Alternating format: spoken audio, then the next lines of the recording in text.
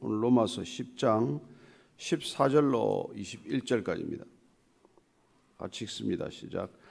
그런즉 그들이 믿지 아니하는 일을 어찌 부르리요? 듣지도 못한 일을 어찌 믿으리요? 전파하는 자가 없이 어찌 들으리요? 보내심을 받지 아니하였으면 어찌 전파하리요? 기록된 바 아름답도다 좋은 소식을 전하는 자들의 발이여함과 같으니라. 그러나 그들이 다 복음을 순종하지 아니하였도다. 이사야가 이르되 주여 우리가 전한 것을 누가 믿었나이까 하였으니 그러므로 믿음은 들음에서 나며 들음은 그리스도의 말씀으로 말미암았느니라. 그러나 내가 말하노니 그들이 듣지 아니하였느냐? 그렇지 아니하니 그 소리가 온 땅에 퍼졌고 그 말씀이 땅 끝까지 이르렀도다 하였느니라. 그러나 내가 말하노니 이스라엘이 알지 못하였느냐? 먼저 모세가 이르되 내가 백성 아닌 자로서 너희를 시기하게 하며 미련한 백성으로서 너희를 노엽게 하리라 하였고, 이사야는 매우 담대하여 내가 나를 찾지 아니한 자들에게 찾은 바 되고 내게 묻지 아니한 자들에게 나타났노라 말하였고, 이스라엘에 대하여 이르되 순종하지 아니하고 거슬러 말하는 백성에게 내가 종일 내 손을 벌렸노라 하였느니라. 아멘.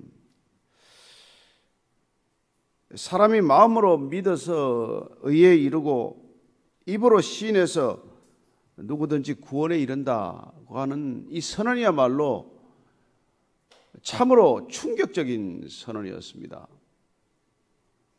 우리가 이 말씀을 믿기에 어쩌면 우리 마음도 둔감해졌는지 모르겠지만 누구든지 예수를 주님이라고 부르고 예수님을 그리스도라고 부르고 주의 이름을 부르는 것만으로도 구원받는다. 그 선언을 그 당시에 이 이스라엘 백성들이 정말 받아들이기는 힘들었을 거라는 것을 우리는 짐작할 수 있습니다. 평생 율법을 지키고 하나님을 잘 믿기 위하여 내 모든 정성을 다 쏟았던 사람들로서는 그냥 하나님 도와주십시오 라는 그 말 한마디로 인생의 전환이 일어난다, 생명에서 사망에서 생명으로 옮겨진다 하는 그런 얘기가 얼마나 받아들이기 어려웠을까요? 그러나 그 말씀, 그 선언, 그 믿음이 우리 인생의 BC와 AD, 우리 인류의 BC와 AD를 가르는 가장 놀라운 사건이라는 것을 우리는 잘 알고 있습니다. 그러나 사도 바울이 로마 교회를 향하여 쓴 이 편지를 통해서 그는 유대인들 중에서 그리스도를 믿은 사람들이 계속해서 유대식으로 그리스도를 믿어야 된다. 율법을 지켜가면서 믿어야 된다. 그리고 유대인들이 하는 습관과 전통을 지켜가면서 그리스도를 믿어야 한다 하는 그 어쩌면 복음에서 빗나가게 하는 율법주의야말로 사도 바울이 가장 경계했던 것이고, 충격적인 이 복음의 선언을 무력화시키고자 하는 어떤 사탄의 계략으로 봤기 때문에 사도 바울은 끝까지 우리가 입술로 시인하고 믿음으로 구원에 이른다는 이 중요한 핵심적인 진리나 가치를 놓치지 않도록 그렇게 반복해서 강조하고 있는 것이죠. 자, 그러면 유대인들이 이 복음, 이 복된 소식, 예수를 주라고 시인하면 구원에 이른다고 하는 이 충격적이고도 이 놀라운 복음의 소식을 안 들었냐? 들었죠. 안 들은 사람은 정작 이방인이죠. 그 이방인을 향해 택한 그릇된 사도 바울은 이 복음을 전하기 위해서 그는 인생을, 나머지 여생을 다 쏟기로 결정한 사람 아닙니까?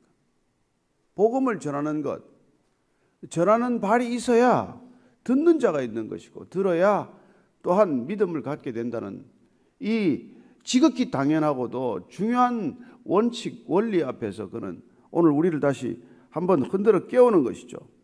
복음을 들었느냐? 구원 받으셨습니까? 그러면 어떻게 사실 것인데?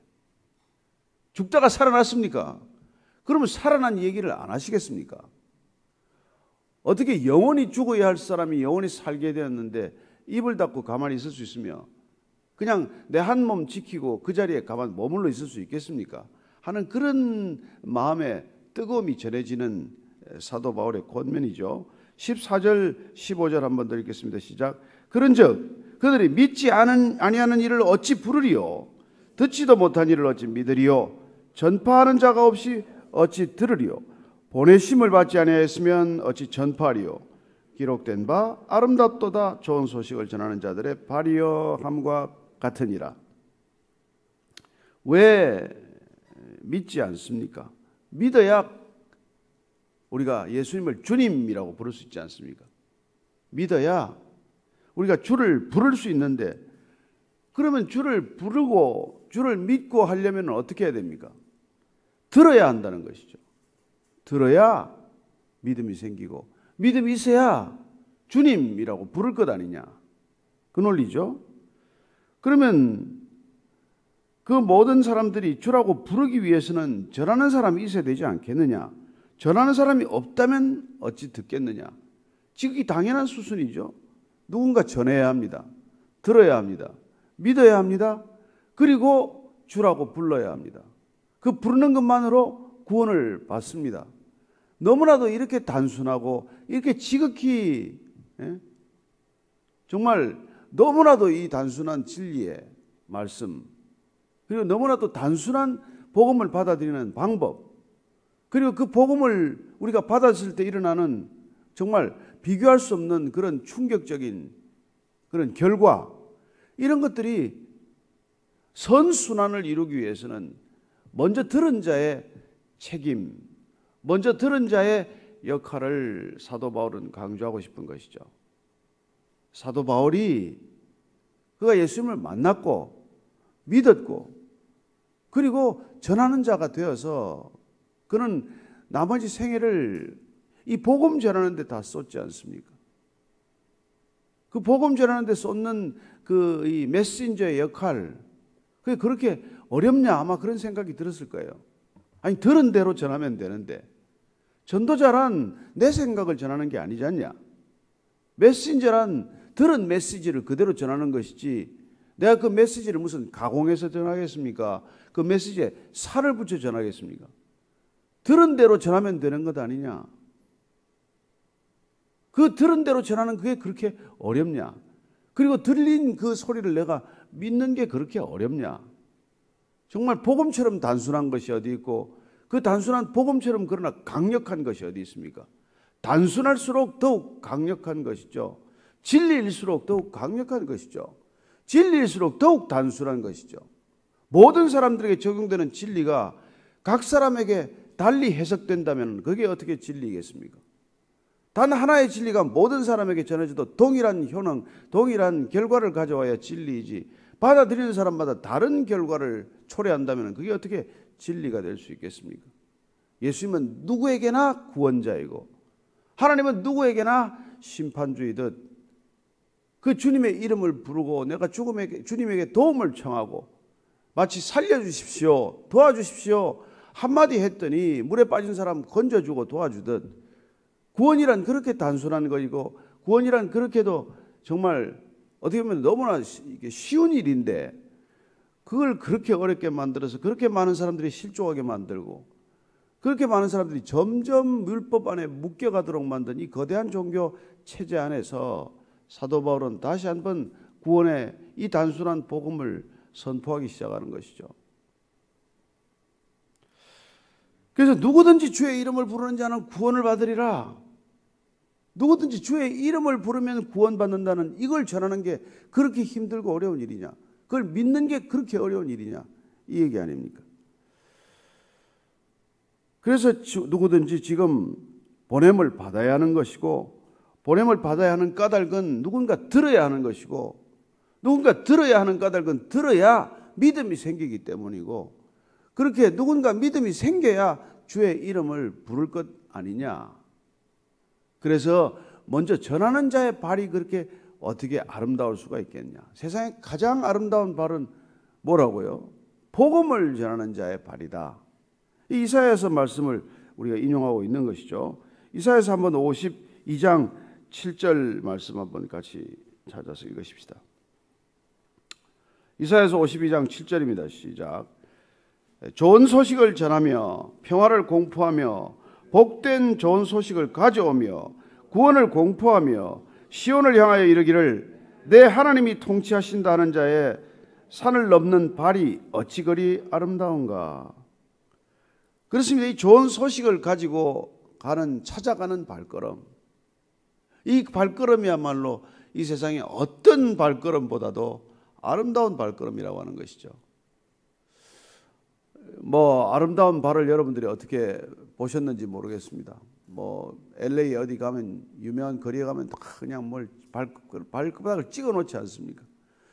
그렇게 자기 인생 동안 열심히 그런 사람, 열심히 연기한 사람, 많은 사람들에게 인정받은 사람들에게 발을 찍어봐야 거기에요.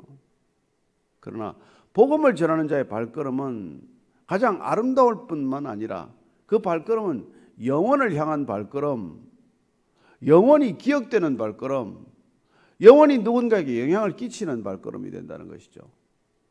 여러분들이 많은 얘기를 할 수도 있고 많은 선행을 베풀 수도 있고 많은 좋은 일을 할 수 있지만, 그러나 이 복된 소식을 전하는 것이야말로 인생에서 가장 가치 있는 발걸음이 될 것이라는 뜻에서 우리가 아름다운 발걸음이라고 말하는 것이죠.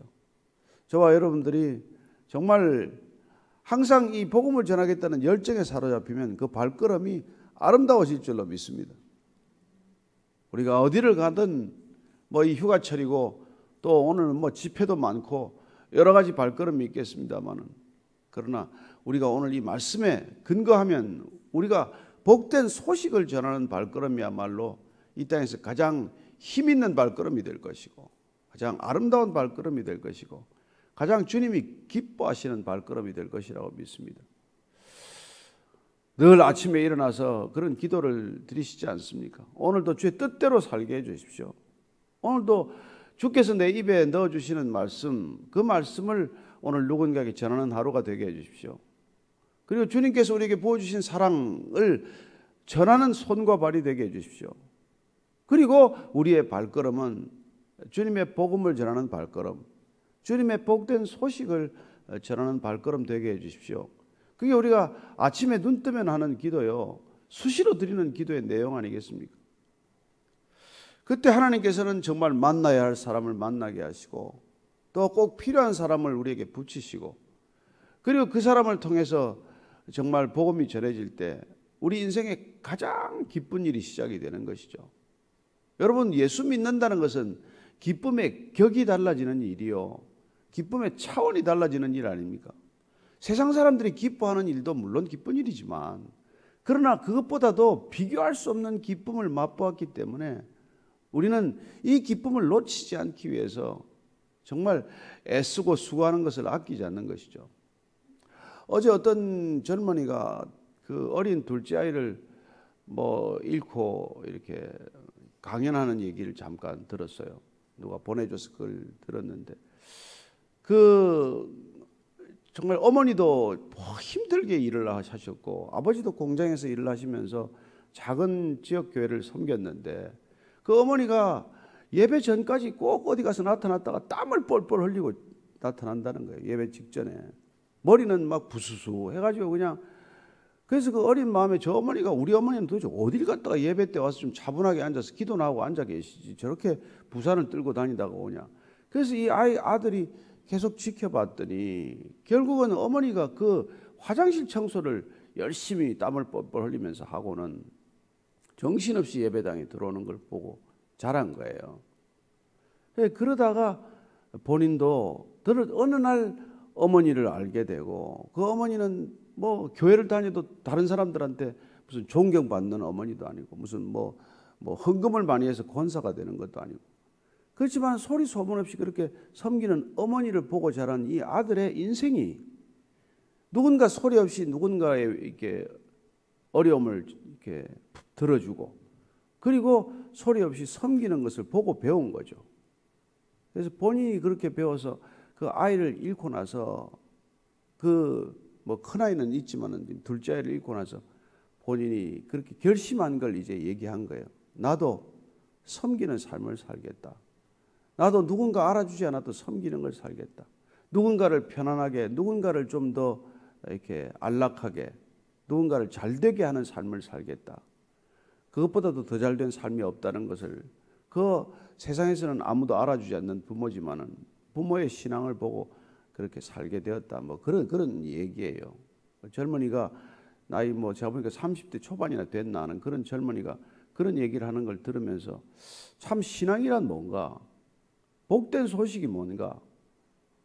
부모는 뭐 그렇게 복된 소식을 전도자처럼 막 다니면서 전하지는 않았지만 그 아들 하나에게 남긴 저 복음의 씨앗, 복음의 능력이 아이를 잃어도 그 아이를 위해서, 그 아이는 일찍 떠났지만은 아이를 위해서 이제는 내가 할 수 있는 일이 뭔가를 생각해 보니까 누군가를 잘되게 하는 삶, 누군가를 기쁘게 하는 삶, 누군가 싫어하는 일을 대신하는 삶, 그런 삶을 살고 아이를 만나는 것이 인생의 목표가 되었다는 그런 고백을 하는 저 젊은이의 고백은 어디서 비롯된 것일까?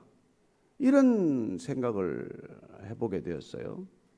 우리의 신앙, 우리의 이 신앙은 복음을 전하는 발걸음이지만 과연 이 전도자의 발걸음은 입으로만 전해지는 것인가? 그리고 유대인들에게 이 복음은 왜 안 전해졌나? 또 이 시대 우리의 그리스도인들을 통해서 복음은 왜 안 전해지고 있나? 그런 생각을 하면 할수록 혹시 우리가 전하는 메시지가 이 메시지를 전하는 메신저와의 괴리, 분리 때문에 생긴 일은 아닌가? 우리가 아무리 메시지를 전해도 그 메시지가 귀에 들어오지 않고 들리지 않아서 믿음이 생기지 않는 까닭은 우리가 전하는 메시지와 우리 삶이 분리되어 있기 때문에, 괴리되어 있기 때문에 저 사람들에게는 그냥 허공을 치는 소음과도 같이 들리는 것이리라 그런 생각을 하게 되는 것이죠. 그러나 그 소리 없이 살아가는 어머니는 아들에게 좋은 신앙을 가르치지 않았지만 그 삶의 뒷모습을 보고 자란 아들은 복음이 전해지고 복음의 능력이 몸에 생기는 것을 경험한 것이죠. 입을 열어 복음 전하지 않아도 그 메시지가 정말 진정한 복음이 되게 한 것 아닌가, 그런 생각을 해보는 것입니다. 어쨌건 유대인들은 그 복음을 받아들이지 않았어요. 자기들의 기준, 완고한 자기들의 신앙의 기준, 그 기준, 그 말씀과 율법에 묶여 있었기 때문에 그들은 정작 하나님께서 어떻게 구원하기로 결정하셨는지를 선포하셨음에도 불구하고 하나님의 구원의 방식을 거절하고 내가 내 의를 이루어서 구원하고자 하는 어이없는 그런 방법에 묶이고 만 것 아니겠어요? 그래서 16절부터 18절입니다. 시작. 그러나 그들이 다 복음을 순종하지 아니하였도다. 이사야가 이르되 주여 우리가 전한 것을 누가 믿었나이까 하였으니 그러므로 믿음은 들음에서 나며 들음은 그리스도의 말씀으로 말미암았느니라. 그러나 내가 말하노니 그들이 듣지 아니하였느냐? 그렇지 아니하니 그 소리가 온 땅에 퍼졌고 그 말씀이 땅 끝까지 이르렀도다 하였느니라. 아니 믿음은 전해져야 하고 전해지면은 전해진 말을 들어야 하고 들으면 믿음이 생겨야 하고 믿으면 주라고 불러야 되는데 어떻게 이런 일이 안 일어나느냐? 그건 이사야가 이미 말한 것처럼 우리가 전한 것을 누가 받았느냐라고 이사야는 이미 예언하지 않았느냐? 전하지만은 완강하게 거부하는 그 유대인들에 관한 얘기를 지금 예언을 우리는 듣지 않았느냐? 하지만 믿음은 들음에서 나며 들음은 그리스도의 말씀으로 말미암았다. 우리의 믿음은 그리스도의 말씀에서 말미암아야 된다는 것이죠. 우리는 믿음과 신념과 확신과 이런 것들을 너무 혼동해요. 확신이나 신념은 자기 생각을 믿는 것입니다. 확신이란 내가 할 수 있다는 걸 믿는 거예요. 신앙이란 내가 할 수 없다는 것을 믿는 것입니다. 구원이란 내가 이룰 수 없다는 것을 믿는 거예요. 그 구원은 밖에서 이미 우리에게 주어졌다는 것을 믿는 것입니다. 따라서 신앙은 내가 할 수 있다는 신념이나 확신과는 전혀 다른 얘기죠. 섞이면 안 되는 얘기예요. 그러나 유대인들은 내가 율법을 지켜서 구원에 이룰 수 있다는 신념이 생긴 거예요. 오랫동안 그 이스라엘 백성들 간에 생긴 신념은 율법을 누가 더 잘 지키느냐에 따라서 누가 더 상급이 크냐, 율법을 누가 잘 지키느냐에 따라서 누가 확실한 구원을 받냐, 이런 어처구니 없는 생각들이 생겨버린 것이죠. 그래야 하나님의 본질을 놓쳐버리고 하나님의 말씀을 왜곡하고 하나님의 말씀을 오해해서 본인들의 믿음이 바른 믿음이라고 굳게 믿었기 때문에 예수님께서 전한 이 복음을 완강하게 거절한 것이죠. 전해졌지만 듣지 않았습니다. 주의 이름을 부르라. 그리스도를 주라고 고백하라. 그 말만 들어도 되는데 그 말을 안 듣는단 말이에요. 그 소리가 온 땅에 퍼졌고 말씀이 땅끝까지 이르렀는데도 안 듣는 거예요. 안 듣는 거예요. 지금도 이 시대에 얼마나 많은 복음이 전해졌습니까? 물론 아직도 미전도 종족이 남아있지만 그러나 복음은 이미 이 땅 끝까지 거의 전해지지 않았습니까? 아니 대한민국에 복음이 안 전해졌습니까? 설교가 모자랍니까? 성경이 모자랍니까? 뭐가 모자랍니까? 그런데도 안 듣는단 말이에요. 자, 19절 이해합니다. 시작. 그러나 내가 말하노니 이스라엘이 알지 못하였느냐? 먼저 모세가 이르되 내가 백성 아닌 자로서 너희를 시기하게 하며 미련한 백성으로서 너희를 노엽게 하리라 하였고, 이사야는 매우 담대하여 내가 나를 찾지 아니한 자들에게 찾은 바 되고 내게 묻지 아니한 자들에게 나타났노라 말하였고, 이스라엘에 대하여 이르되 순종하지 아니하고 거슬러 말하는 백성에게 내가 종일 내 손을 벌렸노라 하였느니라. 자, 그러면 이렇게 안 믿는 애타는 이스라엘 백성들을 향한 사도 바울의 마음이, 그 의문이 풀리는 것을 그는 또한 구약을 들어서 전해주고 있는 것이죠. 왜 이스라엘 백성들이 이토록 복음을 거절하냐? 동족을 향한 그의 피 끓는 그런 이 열정에도 불구하고 그들이 복음을 거부할 때 결국 하나님께서 이 백성들이 복음을 거부하는 사건을 통해서 이방인들에게 복음이 흘러가게 하시고, 이방인들의 복음을 받아들이는 태도를 통해서 유대인들이 시기나게 하시고, 그리하여 그 구원받은 이 이방인들의 이 구원을 보고 이스라엘 백성들이 돌아오게 하는 것, 이게 하나님의 뜻이 아닌가? 여기에 비밀이 있는 것 아닌가? 그래서 이미 예언자들을 통해서 예언한 것 아닌가? 어쩌면 소스라치게 놀라서 바울은 얼른 구약을 다시 한번 찾아보았을 거예요. 그래서 우리도 그 말씀을 한번 찾아보겠습니다. 32장, 신명기 32장 21절이에요. 모세가 이미 한 말을 다시 기억한 것이죠. 신명기 32장 21절입니다. 이렇게 되어 있습니다. 그들이 하나님이 아닌 것으로 내 질투를 일으키며 허무한 것으로 내 진노를 일으켰으니 나도 백성이 아닌 자로 그들에게 시기가 나게 하며 어리석은 민족으로 그들의 분노를 일으키리로다. 아니 이게 무슨 말입니까? 이스라엘 백성들이 하나님이 아닌 것, 하나님을 떠난 것, 우상 숭배를 비롯해서 그 많은 하나님의 말씀을 떠나서 하나님을 저렇게 마음에 속을 끓이고 속을 뒤집어 놓았으니 하나님도 이스라엘 백성들을, 이스라엘 백성이 아닌 이방인들을 구원해서 이방인들을 먼저 주님께서 구원하심으로 시기가 나게 하고, 이 이스라엘 어리석은 민족으로 그들의 분노를 일으킨다. 어떻게 이런 표현을 하셨을까? 바울이 그런 생각을 했지 않겠습니까? 아, 하나님이 이걸 모르는 게 아니고 이스라엘 백성들이 복음을 거부할 것이라는 것을 다 아셨구나. 이스라엘 백성들의 이 완악하고 완고한 고집스러운 것들을 통해서 복음은 이방인에게 넘어가게 하셨구나. 이방인들이 먼저 구원받는 걸 시기나게 하고 분노하게 하신 것도 하나님께서 마치 바로를 강팍하게 해서 이스라엘 백성들을 출애굽시킨 거나 마찬가지구나. 이사야도 그렇게 얘기를 했다는 거예요. 이사야. 자, 이사야 말씀은 그럼 어떻게 되어 있는지 한번 찾아보실까요? 이사야 말씀은 이사야는 65장, 이사야 65장 1절입니다. 1절. 이사야 선지자를 통해서는 이렇게 말씀하셨습니다. 나는 나를 구하지 아니하던 자에게 물음을 받았으며 나를 찾지 아니하던 자에게 찾아냄이 되었으며 내 이름을 부르지 아니하던 나라에 내가 여기 있노라, 내가 여기 있노라 하였노라. 내가 종일 손을 펴서 자기 생각을 따라 옳지 않은 길을 걸어가는 패역한 백성들을 불렀나니. 하나님께서 이스라엘 백성들, 패역한 이스라엘 백성들, 나의 길을 벗어난 백성들, 옳은 길을 걸어가지 않는 백성들을 불렀다는 거예요. 손을 폈다는 것입니다. 돌아오라고 그렇게 했다는 거예요.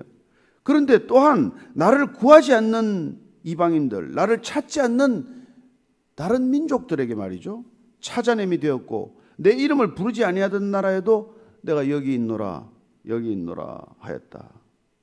참 놀랍죠. 우리가 언제 하나님을 불렀습니까? 우리가 언제 예수를 주라고 불렀습니까? 대한민국에 그런 일이 어디 있습니까? 이 땅에 어떻게 복음이 전해졌습니까? 이스라엘을 떠난 복음이 어떻게 여기까지 전해졌습니까? 참 놀라운 일이죠.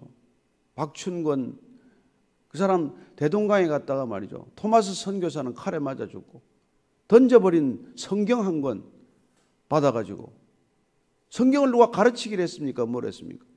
벽에다가 도배나 했던 그 종이를 읽고 복음을 깨닫게 되고 말이죠. 어떻게 그런 일들이 있습니까? 대한민국에 복음이 전해진 이 역사적 사건들은 생각하면 생각할수록 이해할 수 없는 사건들이 벌어지지 않았습니까? 지금 아시아에 어디서 복음이 지금 전해졌습니까? 이 전 아시아에 어디서 복음을 제대로 믿고 있는 나라가 어디 있어요? 물론 중국에 지금 지하교회들도 있고 뭐 일본에도 극소수가 있지만은 전 아시아에 복음을 제대로 받아들인 나라는 한국밖에 없습니다. 저는 이 땅에 하나님께서 정말 촛대를 두셨는데 그 촛대를 옮기지 않도록 우리가 얼마나 많이 기도했습니까? 촛대를 주님 옮기지 말아 주옵소서. 우리가 복음 전하는 아름다운 발 되게 하옵소서. 우리를 오라고도 안 하고 환영도 안 하지만 얼마나 많은 선교사가 이 땅을 떠났습니까? 그 땅에 아름다운 복음을 전하는 아름다운 발이 되었고 아름다운 소식이 되었지만 그러나 지금 그 모든 것들이 흔들리고 있는 안타까운 시대를 맞지 않았습니까? 그래서 우리가 정말 이 코로나 시대에 여기는 여기대로 어렵지만 그러나 더 어려운 것은 선교지죠. 선교하는 분들은 참으로 선교가 막히는 그런 것들을 경험하고 있습니다. 어쨌건 오늘 우리가 이 로마서 10장 뒷부분을 읽으면서 하나님께서는 우리에게 어떻게든지 전하는 자의 발걸음이 되기를 말씀하십니다. 그러나 우리가 그토록 전한 복음이 전해지지 않았다면 우리가 생각할 점이 하나 있어요. 전하지 않는 것도 문제지만 전하는 방법도 이제는 문제가 되었다는 것입니다. 어쩌면 전해야 한다는 부담감, 전해야 한다는 그런 책임감 때문에 전하기는 하는데 정말 우리가 사랑하는 마음으로 전했냐? 아니면 정말 우리가 그 메시지를 그 귀하게 여긴 메시지를 귀하게 살아내고 전했느냐에 따라서 그 복음이 복음으로 들릴 것이냐 아니면 소음으로 들릴 것이냐가 결정이 되겠죠. 따라서 전해야 한다는 이 책임감, 사도 바울이 느꼈던 빚진 자의 마음이 우리에게도 일부 있지만 그러나 과연 우리가 그 전하고자 하는 대상을 사랑하고 있냐? 사랑하기 때문에 전하느냐? 아니면 나는 책임을 다하기 위해서 전하느냐? 그 차이가 있지 않겠어요? 그래서 뭐 책임을 다하기 위해서 그냥 뭐 소리를 지르고 다닐 수도 있지만은 그게 아니라 우리가 아까 말씀드린 그 어머니의 삶처럼 그렇게 우리가 일상의 삶 가운데서 잔잔한 복음의 메시지가 된다면 메시지와 메신저가 분리되지 않은 복음의 능력이 될 것이라고 믿습니다. 우리가 이 마지막 시대에 단 한 사람 전도하기가 어려워졌어요. 그러나 사랑하지 않고는 이제 전해지지 않습니다.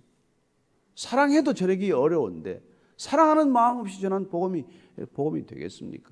정말 이 땅에 이 백성들을 사랑하고 왔던 선교사님들에 의해서 복음이 전해졌고 우리가 정말 사랑하는 가족들과 이웃들을 위해서 복음이 전해지듯이 그렇게 오늘도 이 어려운 시대, 홍수의 시대 그리고 코로나의 시대에 다시 한번 복음이 어떻게 전해져야 될지를 진실로 고뇌하고 또 살아내는 저와 여러분이 되기를 축복합니다. 우리는 다 아름다운 발이 되기로 결정했습니다. 다 복음을 전하는 메신저가 되기로 결정했습니다. 어떤 다른 메시지가 아니라 오직 동일한 메시지를 가지고 전하기로 결정했습니다. 다만 우리가 어떤 환경에서 어떻게 전해야 하는지를 결정하는 일이 남았습니다. 기도하고 각자에게 주어진 하나님의 선하심을 따라 복음의 전도자의 발걸음 되기를 축복합니다. 네, 오늘 기도할 때 하나님 제가 어디를 가든 무엇을 하건 이 발걸음이 전도자의 발걸음 되게 하여 주옵소서. 비즈니스를 하건 뭐 정말 학생들을 가르치건 뭘 하건 전도자의 심경과 전도자의 열정과 전도자의 사랑으로 섬기는 하나님 복음의 발걸음 되게 하여 주옵소서. 한번 그렇게 기도하겠습니다. 하나님 아버지 참 혼돈스러운 시대를 살아갑니다. 수많은 소음들이 우리의 귓전을 울리는 시대입니다. 그러나 하나님, 주는 그리스도라고 하는 이 단순하고 명료한 진리가 주님, 그 어떤 소음 가운데서도 가장 뚜렷한, 가장 선명한 하나님의 소리가 되게 하여 주옵소서. 하나님, 세례 요한이 정말 이 땅에 하나님을 전하는 소리로 이 땅에 존재했듯이, 그리스도의 오는 길을 예비하는 소리가 되었듯이, 우리 또한 다시 오실 주님을 예비하는 소리가 되게 하여 주옵소서. 우리가 무슨 일을 하든 어느 자리를 가든 하나님, 복음 전하는 전도자의 발걸음이 되게 하셔서 가는 발걸음 걸음이 정말 아름다운 발걸음 되게 하여 주옵소서. 하나님, 비싼 신을 신고 가는 걸음이 아니라 하나님, 정말 허술한 운동화를 신고 가더라도 하나님께서 인도하시는 발걸음 되게 하셔서 어디를 가나 주의 복음, 주의 소리가 되는 걸음이 되게 하여 주시옵소서. 하나님 아버지, 오늘도 이 땅에서는 종일 우리를 뒤흔드는 소음이 있을 것입니다. 이런저런 소리들이 끝없이 전해지겠지만, 그러나 하나님, 어떤 소음, 어떤 큰 소리들 가운데서도 주는 그리스도라고 하는, 주의 이름을 부르라고 하는 이 복음의 단순한 진리만은 뒤섞이지 않는 소리가 되게 하시고, 유일하게 어느 귀에나 들리는 주의 음성이 되게 하여 주옵소서. 그리하여 하나님, 우리가 이 시대를 살지만 하나님께서 이미 우리를 영원으로 초청하였사오니 영원을 걷는 아름다운 발걸음, 흔들리지 않는 발걸음 되게 하여 주옵소서. 이제는 우리 구주 예수 그리스도의 은혜와 하나님 아버지의 크신 사랑과 성령의 기름 부으심이 오늘도 주의 발걸음, 아름다운 발걸음, 전도자의 발걸음 되기로 결단한 이 자리에 고개 숙인 모든 믿음의 지체들 위해 지금부터 영원까지 함께 하시기를 간절히 축원하옵나이다. 아멘.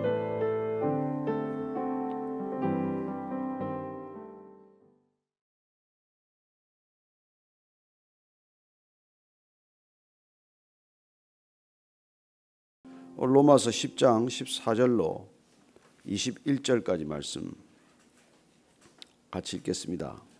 시작. 그런즉 그들이 믿지 아니하는 일을 어찌 부르리요? 듣지도 못한 일을 어찌 믿으리요?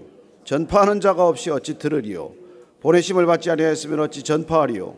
기록된 바 아름답도다 좋은 소식을 전하는 자들의 발이여 함과 같으니라. 그러나 그들이 다 복음을 순종하지 아니하였도다. 이사야가 이르되 주여 우리가 전한 것을 누가 믿었나이까 하였으니 그러므로 믿음은 들음에서 나며 들음은 그리스도의 말씀으로 말미암았느니라.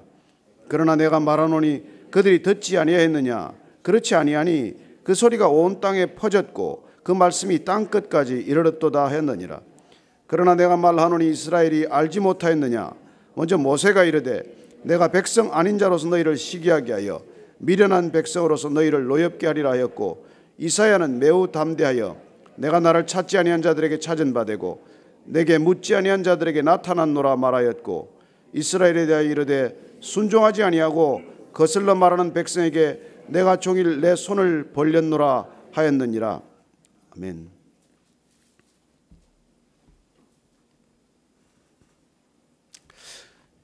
이 기독교의 신비는 그야말로 참 놀라운 일입니다.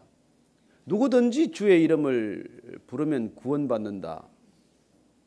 얼마나 단순하고 얼마나 쉬운 일입니까? 예수님, 그렇게 부르면 구원받는다는 거예요. 예수님은 그리스도십니다. 그렇게 얘기하면 구원받는다는 거예요. 여러분, 이렇게 단순하고 이렇게 쉬운 진리가 어디 있습니까?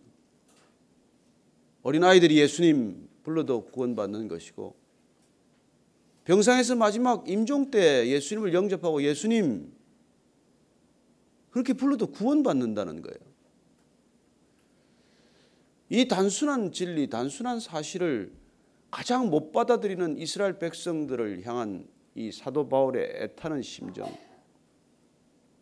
저는 그 심정을 우리가 조금은 느껴본다고 믿습니다.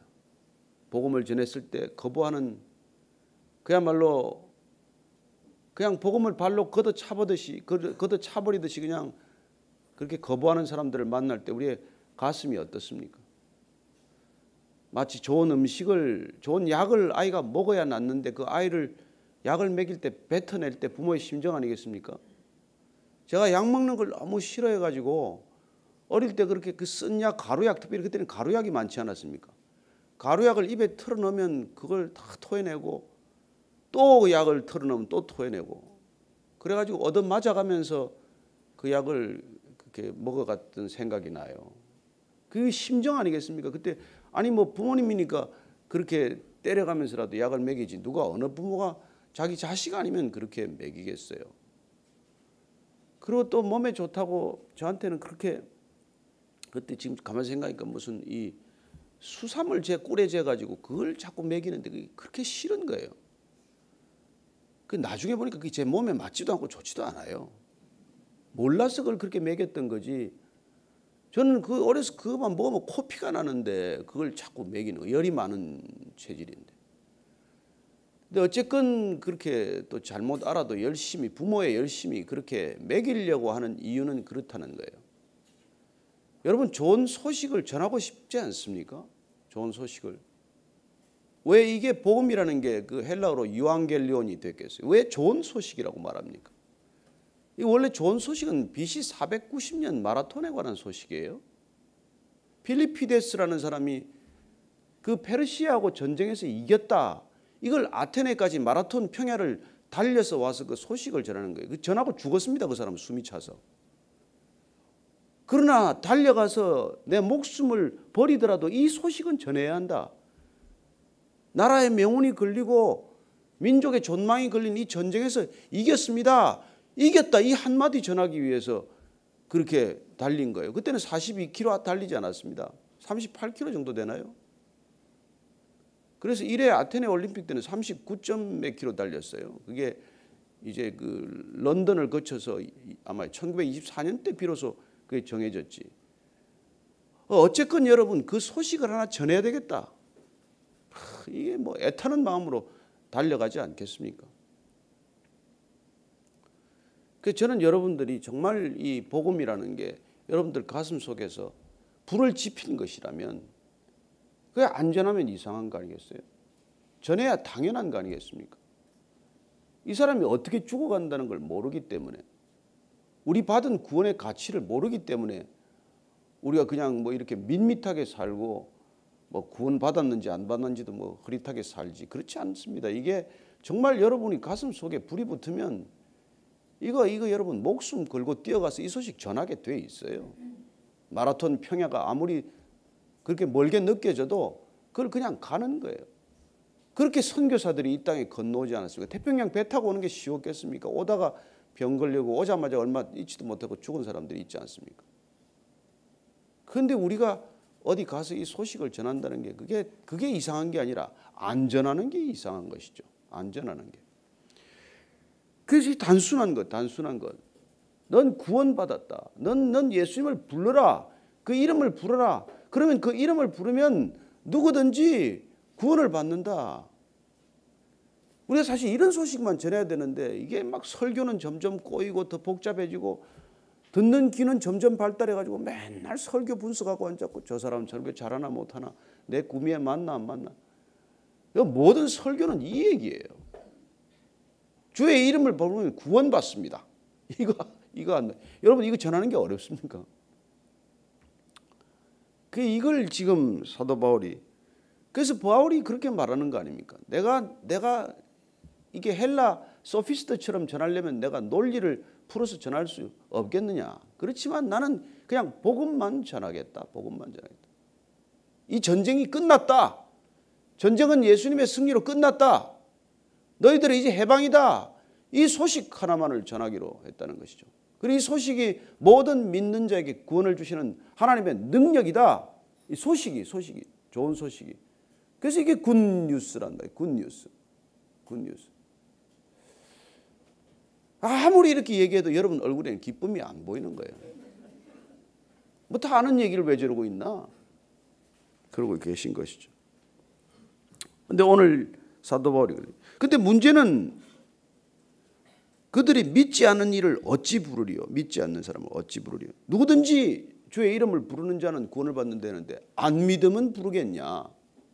믿음이 와야 부르지. 와야 부르지. 근데 믿음이 듣지도 않았는데 어디서 믿음이 생기냐? 얼마나 이게 논리적으로 차근차근 풀어갑니까? 아니 듣지도 못했는데 뭘 믿으란 말이냐? 여러분 안 듣고 믿는 건 그건 정말 황당한 일 아닙니까? 자기 생각을 믿는 건 말이죠. 뭘 믿는지 모르는 거예요. 안 들은 바가 없는데 믿는 사람들이 많습니다. 철석같이 믿어요. 자기 느낌을 믿는 거예요. 어떤 사람들은 나는 한 번 보면 안 돼. 나는 그 사람 말 안 해도 다 안 돼. 뭘 다 알아요. 자기 자신도 모르면서. 그런 믿음을 가지고 사는 사람이 많습니다. 예수님 예수쟁이 얘기 들을 필요 없다는 예수쟁이들 다 안다는 거예요. 몇 사람 겪었겠죠. 몇 사람 좀 당했겠죠. 그러면 예수쟁이 다 안 돼요. 다 안 돼. 그런데 어떻게 전파하는 자가 없으면 어떻게 듣겠냐? 누가 가서 그 소식을 전해야 듣지 않겠냐? 들어야 믿지 않겠나? 믿어야 부르지 않겠냐? 이 얘기죠. 그런데 문제는 또 보내심을 받지 않았으면 어찌 전파하리요? 보내심을 받지 않았으면. 자, 그럼 순서는 어떻게 됩니까? 누가 먼저 전파가 돼야 돼. 복음은 인간으로부터 시작되지 않았습니다. 복음은 인간 밖으로부터 온 것입니다. 복음은 밖에서 전해진 소식이에요. 인간 안에서 내면의 성찰로 생긴 게 아닙니다. 밖에서 온 소식이에요. 예수님께서 이 땅에 제일 먼저 오신 선교사라는 거 아시죠? 제1호 선교사, 파송 선교사, 이 땅에 오신 첫 번째 선교사예요. 전하러 온 거예요. 복음을 전하러 온 거예요. 다 이루었다라는 소식을 전하기 위해서 오신 것이죠. 그래서 그분이 먼저 다 이루셨다는 이 복음을 전하셨기 때문에 선포하셨기 때문에 우리가 들었고 믿었고 그리고 우리가 달려가는 걸음이 되고 그리고 전파하는 입술이 되고 그리고 그 얘기를 듣고 또 복음이 전해지는 거예요. 복음이 전해지는 거예요. 왜 이렇게 어리석은 방법을 쓰냐는 것이죠. 하나님이 그렇게 정하셨어요. 그렇게 하시기로. 여러분 하나님께서 여러분들 그냥 강제로 믿게 하려면 제가 어제 묵상하다가 그걸 느꼈어요. 왜 하나님께서는 지옥 보여주면 간단한데 왜 다들 안 보여주나? 여러분들 지옥 한번 눈앞에 펼쳐 보여주면 안 믿을 사람이 어디 있겠어요? 천국 한번 펼쳐주면 안 믿을 사람이 어디 있겠어요? 그런데 왜 그런 방법을 안 쓰세요? 왜 사도 바울은 삼층천에 올라가서 말할 수 없는 것을 보았는데도 불구하고 왜 그 얘기는 안 하고 이런 얘기만 하냐고요? 왜 그 사람은 간증 안 하고 이런 얘기만 하고 있는 거예요? 여러분 간증 조심하십시오. 저는 하나님께서 우리 인간에게 자발적 동의를 구하는 게 사랑이라는 것을 가르쳐주고 있는 것이에요. 복음을 듣고 그걸 믿고 믿음으로 나오는 것이 여러분 천국 한번 펼쳐주면 다 옵니다. 다 오. 거기다 안 올 사람이 어디 있어요? 근데 그거는 회심 없이 오는 거 아니겠어요? 그냥 돈 생기니까 오는 것과 마찬가지죠. 여러분 아파트 옛날에 조금만 좀 그 분양 때 보면은 밤을 새워서 거기 서 있잖아요. 밤 새워서 그 분양권 하나 받겠다고 거기 서 있잖아요. 그 조금 그 값이 좀 싸게 나왔다는 소식을 듣고 달려와서 그냥 이불 펴고 그 안에 있고 말이에요. 옛날에 애들 또 무슨 학교 보낼 때 무슨 추첨할 때 보면 가서 줄을 서고 말이죠. 무슨 하여튼 득될 것만 있으면 줄을 섭니다. 여러분 기독교가 왜 타락했어요? 로마 교황이 로마가 황제가 이걸 그냥 국교로 선포함으로써 생긴 이 비극이에요. 다 줄을 서네 와서 교회 앞에 다 줄을 서네. 다 돈을 내네.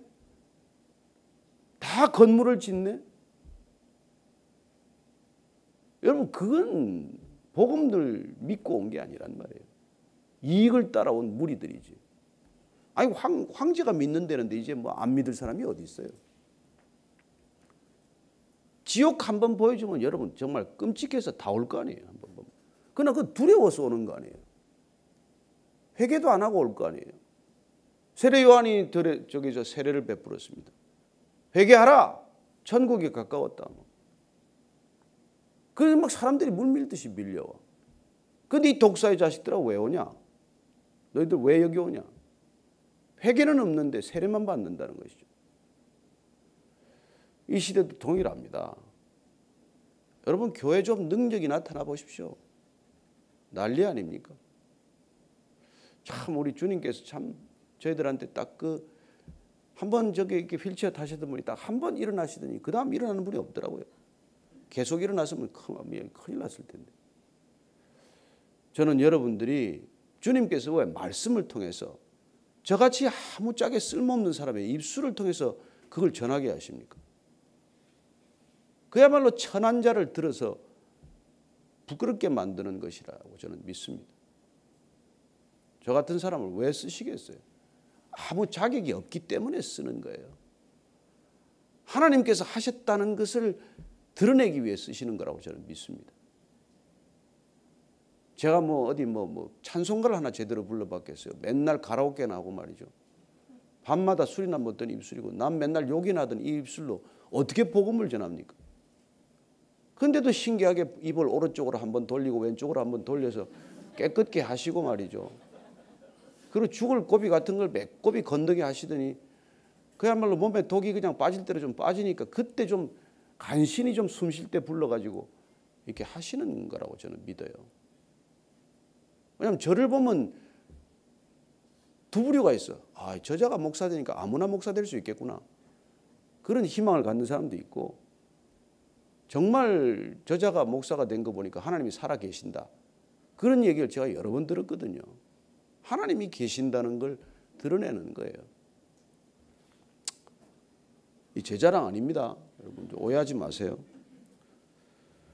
그래요. 전하는 발. 왜 사람의 입술을 통해서 자꾸 전하냐는 말이에요. 그냥 하늘에 그냥 온 환상을 한번 보여주면 안 됩니까? 천국 한번, 지옥 한번 이틀만 보여주면 끝날 거 아니에요. 누가 구원 안 받겠습니까? 그러나 우리가 정말 하나님께서 인간을 어떻게 사랑하는지를 알고 그 사랑에 자발적으로 반응하고 그 사랑에 절절히 그야말로 감동하고 그리고 진짜 사랑할 때 그 사랑이 자연스럽게 이렇게 누룩 퍼지듯이 퍼져나가는 그게 천국이라는 걸 주님 말씀해 주시지 않습니까? 겨자씨만한 게 말이죠. 왜 천국은 겨자씨만하다고 하겠어요? 왜 천국은 누룩 같다고 그러겠어요? 그게 그렇게 부풀어 오르는 것이죠. 저는 여러분들 마음 가운데 그냥 천국이 날마다 부풀어 오르는 그런 감동이 있게 되기를 바랍니다. 이게 하나님이 그렇게 하시기로 결정하셨어요. 하나님께서 왜 이렇게 결정하셨는지에 대해서는 따지지 마십시오. 내가 무슨 권한이 있어서 토기장이가 진흙 한 그릇도 천이 쓸 그릇, 귀 쓸 그릇을 만들 권한이 없느냐? 여러분 우리는 다 정한 대로 하는 거예요. 왜 스포츠는 정한 대로 룰을 지키면서 왜 하나님이 정한 건 그렇게 시비를 많이 해요? 골프채는 13개 이상 안 된다. 아니 몰래 15개 가져간 사람도 있지만 프로들은 절대로 그 이상 그거 안 지켜요. 여기 반드시 지켜야 돼요. 그래요. 그 홀 구멍 이만큼 파놓고 다 규정이 정해져 있어요. 왜 이만큼 파놓고 넣지? 왜 그 조그맣게 해놓고 그렇게 스트레스 받고 막 하다가 쓰러지고 그런 짓을 해요? 여러분 그깟 골프 규칙도 인간이 정한 걸 안 어기는데 어기면 페널티를 받는데 어떻게 하나님이 정한 건 그렇게 시비를 많이 하는지 알다가도 모를 일이에요. 정말. 그들이 다 복음을 순종하지 아니하였도다. 그래서 지금 바울이 이사야의 말과 이런 모세의 말을 들어서 다 이걸 지금 설명하고 있는 거예요. 주여 우리가 전한 것을 누가 믿었나이까? 그러므로 믿음은 17절 말씀 한번 같이 읽습니다. 시작. 그러므로 믿음은 들음에서 나며 들음은 그리스도의 말씀으로 말미암았느니라. 아멘 하십니까? 아멘. 여러분들 들어서 믿음이 생긴 거예요. 어려서부터 꾸준히 들은 사람들 참 복이 있습니다. 제가 보스턴에서 우리 전도사 시절에 한 전도사가 아이 난지 그냥 채 100일도 안 된 애를 매일 데리고 오는 거예요. 애가 맨날 그 옆에서 밑에서 이렇게 보리에다 누워서 자는 거예요. 그 아이가 어느덧 커가지고 한 두 살도 안 됐을 텐데 말이죠. 제가 아파가지고 집에 있는데 이제 같이들 다들 신방을 하는데 중보 기도를 하는데 이 꼬마가 제 머리에 손을 얹고 맨 본 게 그거니까 들은 게 그거니까 이야 복이 있도다 복이 있도다. 저 아이가 뭘 한다고 내한테 손을 얹고 지금 기도를 하는지 말이죠. 저는 그게 들으면서 그런 믿음이 생기는 거예요. 아이한테 그게 너무나 자연스러운 믿음이죠. 자연스러운 믿음. 그리스도의 말씀으로 말미암아 낳는 들음. 딴 엉뚱한 거 들어서는 안 됩니다. 그리스도의 말씀을 들어야지요. 그리스도의 말씀을 들어야죠. 저는 여러분들이 성경을 통해서 그리스도의 말씀을 듣게 되기를 축원합니다. 예수님의 설교를 어찌되건 듣게 되기를 축원합니다. 뭐 정말 여러분들이 제 설교가 도움이 될지 안 될지는 그건 뭐 미지수고, 예수님의 말씀은 반드시 도움이 됩니다. 그 말씀은 생명이니까, 생명의 말씀이니까, 빛이니까, 사랑이니까, 그분 말씀은.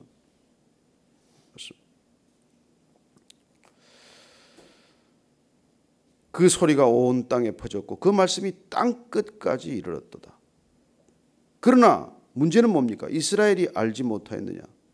근데 모세의 말을 들으세요. 내가 내 백성 아닌 자로서 너희를 시기하게 하며 미련한 백성으로서 너희를 노엽게 하리라 하였고, 여러분 이게 미련한 백성으로서 너희를 노엽게 한다. 내 백성 아닌 자로서 너희를 시기하게 하고, 하나님께서 내 백성 아닌 자를 내 백성이라고, 그래서 로암미라고 불렀던 거 아닙니까? 로암미, 넌 내 백성이 아니다. 그러나 그 백성들을 내 백성이라고 한다는 거예요. 그래서 우리가 믿게 된 거란 말이죠. 또 이사야의 말도 내가 나를 찾지 아니한 자들에게 찾은 바 되고 내가 묻지 아니한 자들에게 나타나느라. 저는 하나님을 찾은 적이 없어요. 하나님께서 나를 찾으신 거지 내가 하나님을 찾으러 가지 않았어요. 저는 부처 찾으러 다녔고 다른 데 뭐 찾으러 다녔지 하나님 찾으러 가지 않았어요. 그러나 하나님께서 저를 찾으셨고 제가 뭐 궁금한 게 있어요. 그분께 묻지요. 그러나 그분께서 묻기 시작하는 거예요. 넌 뭐가 기쁘냐? 넌 내 인생에 뭐가 그렇게 중요하냐? 넌 왜 그렇게 바쁘냐?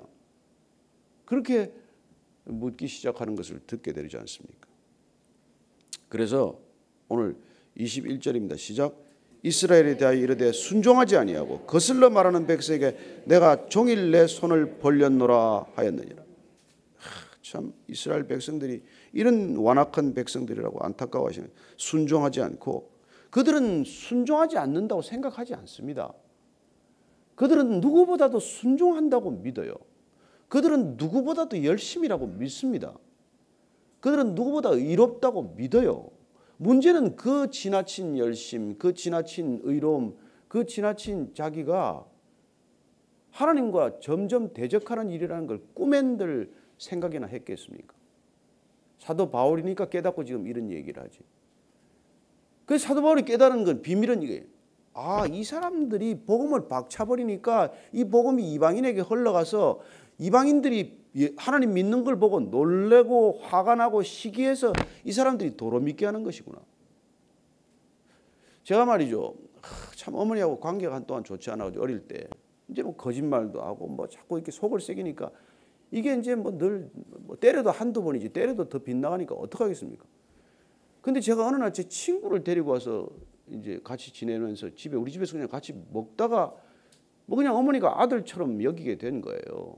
그래서 문제는 저보다 그놈을 더 사랑하는 거예요. 그래서 집안의 비밀을 나한테 얘기를 안 하고 얘한테 얘기를 하는 거예요. 그럼 나는 뭐 진짜 호적상의 아들인데 이게 아들 취급도 못 받고, 그래서 어머니한테 더 잘하게 만드는 그런 어머니의 뭐 그 지혜라 그래야 되나요? 아니면 뭐 그 좀 별로 안 좋은 심사라고 그래야 되나요? 근데 어쨌건 그런 걸 제가 경험했습니다. 자꾸 그 아이 불러서 얘기하고 친구로 데려온 놈인데 가지도 안 하고 자기 집에 가지도 안 하고 아이 그냥 아들처럼 눌러붙어 가지고 갔다 했으면 뭐 다 뺏길 뻔했어요. 농담이지만 예, 그런 일이 있었는데 어쩌면 사도 바울이 깨달은 건 그거란 말이에요. 아, 이들이 복음을 발로 차게 하더니 이 복음이 이방인들이 저렇게 믿는데 하나님께서 찾지도 않고 묻지도 않은 사람들이 저렇게 하나님을 잘 믿으니, 그래요, 그 복음을 다시 한번 본인들이 믿어야 되겠다는 그런 마음을 불러일으킨다는 것이죠. 지금 다행스럽게도 이스라엘 백성들이 돌아오기 시작했습니다. 거기 메시아닉 주이시들이 그야말로 핍박받던 엄청난 핍박을 받고 지금도 물론 받고 있습니다만, 그러나 점점 이스라엘 백성들 가운데 주는 그리스도다, 예수님은 그리스도다, 이걸 고백하는 사람들이 늘기 시작하는 것이죠. 자, 한 바퀴 돌았습니다. 드디어 그들에게 가는 것이죠. 그래서 지금 이스라엘에 우리가 선교사로 가는 겁니다. 예루살렘에 가서 뭐 성지순례하고 이런 분들이 뭐 대부분이 되고 말았지만 아니에요. 그러나 그분들이 원래 간 목적은 성지순례 가이드하러 간 게 아니에요. 사실 선교하러 간 겁니다. 시간 된 줄 압니다. 그러니까 여러분들이 그 정말 이스라엘 백성을 품고 기도해야 되고, 그리고 우리가 이렇게 그렇게 받았는데 그야말로 그들이 발로 차버림으로써 우리한테 복음이 온 거예요. 그리고 우리가 이렇게 잘 믿을 때 저는 이 사도 바울의 말처럼 어쩌면 모쪼록 몇 사람이라도 시기하는 마음으로라도 하나님을 더 잘 믿게 될 거다. 아니, 그 사람들 하나님은 우리보다 박사죠. 너무 하나님을 잘 믿어서 우리 말을 안 들어요. 그러나 우리는 하나님의 말씀은 그들보다 잘 모를지 몰라도 우리가 예수는 그리스도시다, 이거는 우리는 변함이 없지 않습니까? 이 하나 가지고 우리가 버티는 거 아니에요. 저는 여러분이 오늘도 예수가 그리스도다, 여러분 그렇게 고백했으면 내가 다시 주인 자리에 가지 마십시오. 예수님을 주님이라고 불렀으면 절대로 그분 자리에 다시 가지 마십시오. 그 맨날 그분 자리에 오르락내리락 하다가 우리가 정말 인생이 이렇게 꼬이는 거 아닙니까? 저는 여러분들이 그분을 주님이라고 불렀으면 그분을 주인으로 섬기든지, 안 그러면 여러분들 그냥 정리하고 여러분 주인으로 살든지 오늘도 헷갈리지 않는 하루 되기를 축원합니다. 예, 같이 오늘 기도할 때 주님, 정말 주님은 나의 주님이십니다. 주님은 살아계신 하나님의 아들이십니다. 주님은 메시아십니다. 이 단순한 소식, 이 단순한 진리, 이 단순한 복음을 오늘도 내 삶의 모든 형편과 처지에서 전하게 하여 주옵소서. 입술로만 전해지지 않는다고 한탄하지 말고 내 손과 발의 수고로 전하게 하여 주옵소서. 내 삶의 향기로 전해지게 하여 주옵소서. 내 삶의 메시지로 전하게 하여 주옵소서. 한번 그렇게 기도하겠습니다. 하나님 아버지, 주님은 나의 주님이십니다. 날마다 고백하면서도 내가 주님처럼 사는 인생 되지 않게 하여 주옵소서.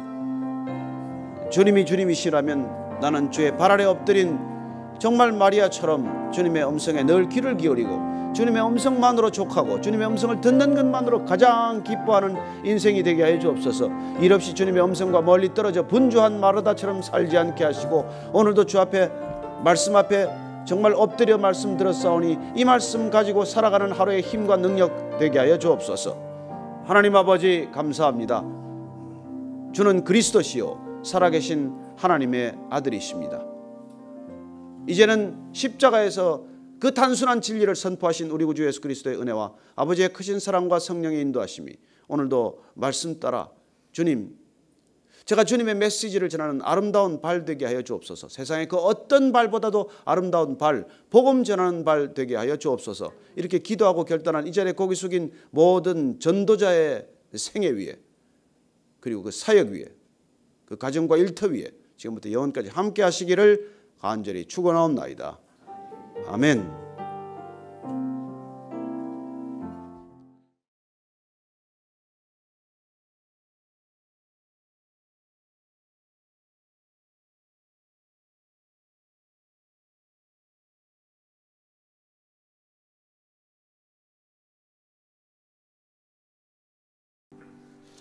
로마서 10장 11장 1절로 10절까지 말씀입니다. 같이 읽습니다. 시작. 그러므로 내가 말하노니 하나님이 자기 백성을 버리셨느냐? 그럴 수 없느니라. 나도 이스라엘인이요 아브라함의 씨에서 난 자요 베냐민 지파라. 하나님이 그 미리 아신 자기 백성을 버리지 아니하셨나니 너희가 성경이 엘리야를 가리켜 말한 것을 알지 못하느냐? 그가 이스라엘을 하나님께 고발하되 주여 그들이 주의 선자들을 죽였으며 주의 제단들을 헐어버렸고 나만 남았는데 내 목숨도 찾나이다 하니 그에게 하신 대답이 무엇이냐? 내가 나를 위하여 바알에게 무릎을 꿇지 아니한 사람 7,000명을 남겨두었다 하셨으니 그런즉 이와 같이 지금도 은혜로 택하심을 따라 남은 자가 있느니라. 만일 은혜로 된 것이면 행위로 말미암지 않음이니 그렇지 않으면 은혜가 은혜되지 못하느니라. 그런즉 어떠하냐? 이스라엘이 구하는 그것을 얻지 못하고 오직 택하심을 입은 자가 얻었고 그 남은 자들은 우둔하여졌느니라.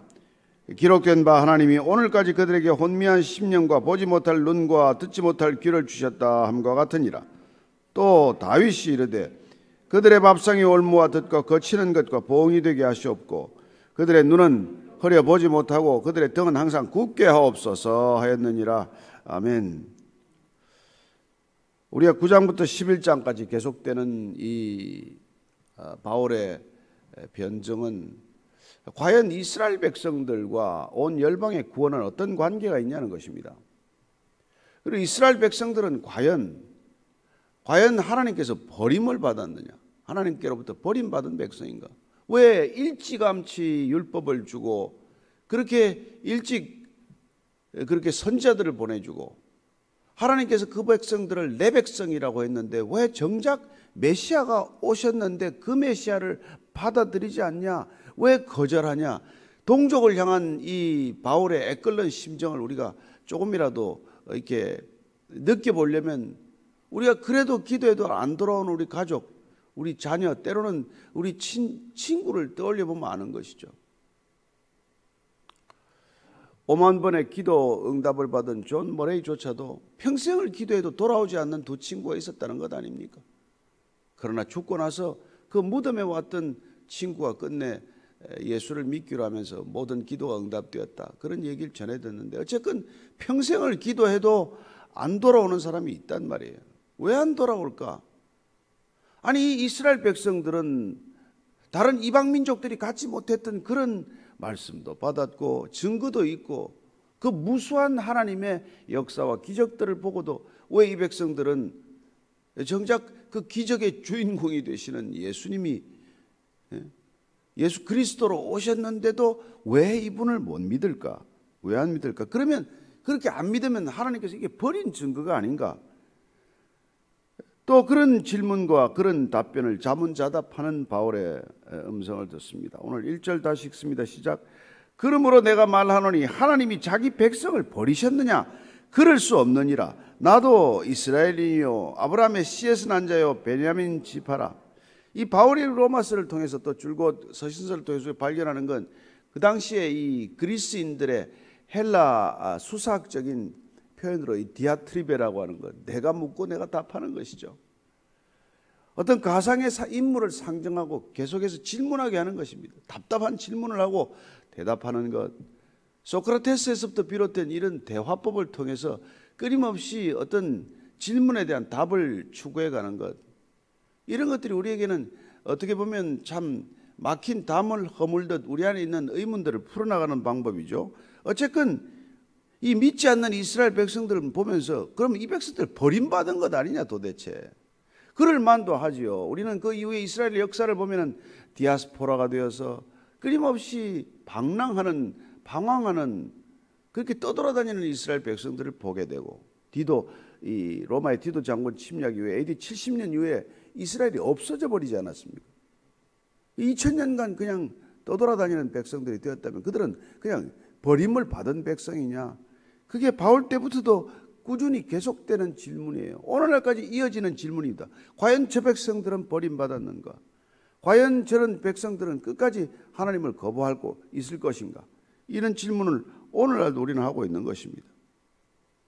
이스라엘에서 예수님을 믿는 사람들은 지극히 작은 소수의 무리가 되어서 우리가 메시아닉 주라고 부르는 이들만이 1%도 안 되는 이들만이 그러면 구원받고 나머지는 버림을 받은 것이냐? 이런 질문을 여전히 우리가 이 시대도 하고 있지만 바울 때는 오죽했겠냐고요. 그런데 아니다. 왜 아니냐? 왜 아니냐? 나를 보라는 거예요.